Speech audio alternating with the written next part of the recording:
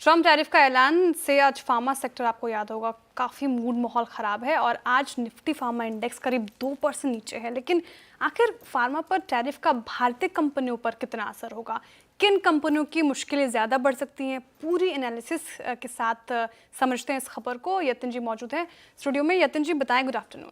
Good afternoon. और H1B visa और IT क्षेत्र के बाद अब ट्रंप बने हैं एक फार्मा शेयरों के लिए कड़वी गुट्टी या एक सरदर्द। और कहीं ना कहीं जो इन्होंने फार्मा पे 100% टैरिफ लगाया है, इसके चलते आज फार्मा शेयरों में 2 से ढाई 3% तक की आपको मंदी दिखाई पड़ रही है। ट्रंप ने फार्मा प्रोडक्ट्स जो ब्रांडेड प्लेयर्स हैं खास करके और जो बिग फार्मा कंपनीज हैं, 1 अक्टूबर से 100% टैरिफ का इन्होंने ऐलान किया है। फाइन प्रिंट अभी आना बाकी है, तो किस तरीके से ये इम्प्लीमेंट होगा ये ऑब्वियसली उसके बाद तय होगा। लेकिन यूएस में अगर आपकी मैन्युफैक्चरिंग फैसिलिटी है या आप मैन्युफैक्चरिंग में निवेश कर रहे हैं तो शायद आपको एग्जेम्पशन दिया जाएगा। जैसे कि मैंने पहले कहा, जो फार्मा टैरिफ है इसके रिलेटेड सर्कुलर अभी भी बाकी है। इंडिया के लिए क्यों ये मैटर करता है? क्योंकि भारतीय फार्मा कंपनियों के लिए यूएस सबसे बड़ा मार्केट है। इनफैक्ट भारत जितनी भी दवाएं एक्सपोर्ट करता है उसका 40% हिस्सा यूएस में एक्सपोर्ट होता है। और फर्स्ट हाफ में भारत ने लगभग $4 बिलियन के आसपास के फार्मा प्रोडक्ट्स यूएस में बेचे। और कहीं ना कहीं अगर हम एनालिस्ट की बात करें तो इनका मानना यह है कि भारत जो है अफोर्डेबल जेनेरिक दवाएं यूएस मार्केट्स को बेचते हैं और यूएस मैन्युफैक्चरिंग के मुकाबले 30 से 40% सस्ते दरों पे भारतीय कंपनी अपनी जेनेरिक दवाएं बेचते हैं। तो शायद जेनेरिक दवाओं को इस टैरिफ से अलग कर दिया जाए या इनको एक राहत दी जाए।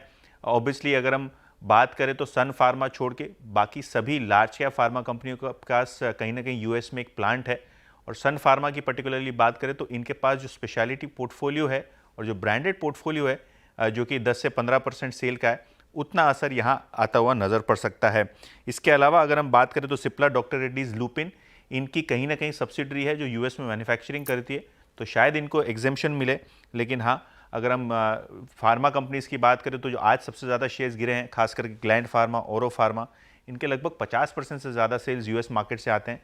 सन फार्मा और सिप्ला के केस में लगभग 1/3 सेल्स उनके यूएस मार्केट से आते हैं। ओके, शुक्रिया यतिन जी जानकारी के लिए। पूरा एनालिसिस समझा हमने, कितना एक्सपोजर किन किन कंपनियों का यूएस में है। राजेश अग्रवाल जी, डोनाल्ड ट्रंप का जो ये बड़ा सा विस्फोटक फूटा है सुबह सुबह हमारे ऊपर, फार्मा स्पेस के लिए देख रहे हैं हम बिल्कुल ख़राब मूड माहौल। कैसे देख रहे हैं आप इस खबर को? कौन से स्टॉक्स अब आपको लगते हैं कि इनके लिए भारी हो सकता है, दूरी बना के रखनी चाहिए, या फिर आप अभी भी फार्मा स्पेस को लेकर कोई चिंता नहीं जता रहे हैं?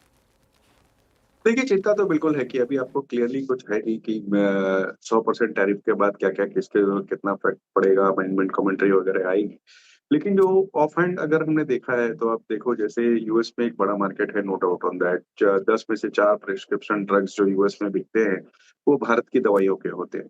अब ऐसे हालात में मेरे हिसाब से भारतीय कंपनियों को क्या करना चाहिए कि जो सेमी रेगुलेटेड मार्केट है, जैसे कि Africa, Latin America, south east Asia, वहाँ पे अपनी फोकस बढ़ाना चाहिए और यूएस पे जो ओवर डिपेंडेंस है, वहाँ थोड़ी शायद कम हो जाएगी।